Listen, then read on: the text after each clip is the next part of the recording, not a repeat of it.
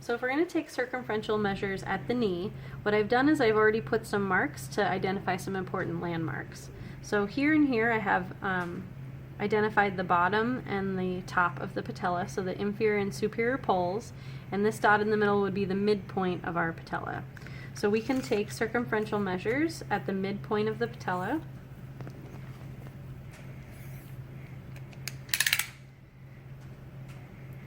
Okay, and making sure that my tape measure is straight around the knee and not too tight. We're at 37 centimeters. I went ahead and I made another mark 10 centimeters superior to the midpoint of the patella, and I could measure around here.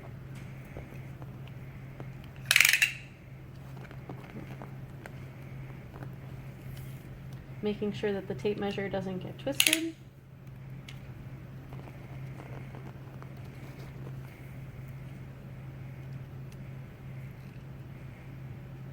Okay, 49 centimeters. And I made another mark 10 centimeters inferior from the midpoint of the patella.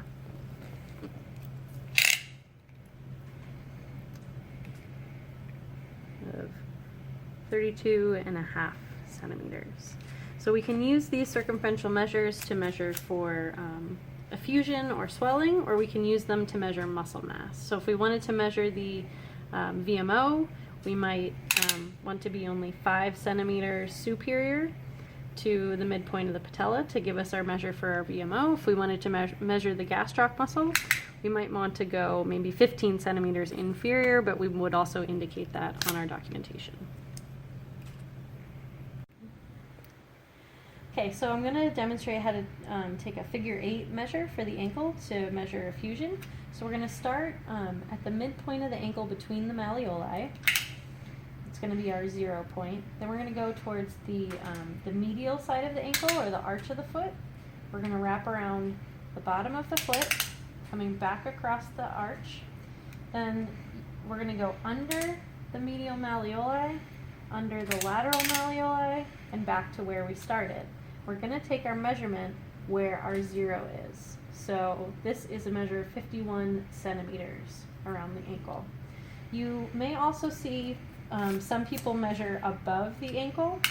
So you may see they start in the same position, they go under the foot, however when they go around the ankle they go superior to the medial and lateral malleoli and finish at the starting point. And the difference I got in this particular example, I got a measure of 50.5 centimeters opposed to 51 centimeters. It depends on who your therapist is. You just want to be consistent with your measurement. Okay. So we're going to be measuring true and apparent leg length differences. So before we do any measurements though, we need to set the pelvis. So we're going to have our patient bend their knees, so bend both knees for me, and do a bridge. So lift your hips up off the table for me, good, and come back down, and we're going to straighten the legs out. So the idea with doing a bridge before we measure leg length is to remove any muscle imbalances or alterations that could be affecting our measurements.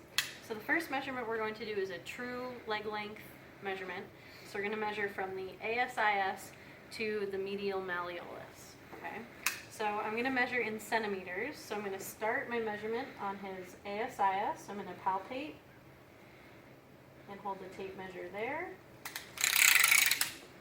Keeping the tape measure straight, I'm going to measure from the bottom of the medial malleolus. I'm also making sure that the tape is not getting wrapped around them, that it's pulled nice and tight, so we get a full measurement. So I got 96 centimeters for that leg.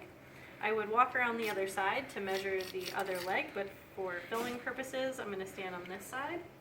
I'm going to palpate my landmark for my patient and measure the other side, and I got 95.5 centimeters. So there's a 0.5 centimeter difference side to side. That is our true leg length measurement. We can also take an apparent or functional leg length measurement, which is going to be from the umbilicus to the medial malleolus. Okay? So oftentimes you can either have your patient find their belly button for you, so you can, go ahead Andrew. Okay, thank you. Or you can, if they're comfortable, you can ask them to lift their shirt up but you want to make sure that you're on the right landmark. Is that okay if I lift your shirt? Okay.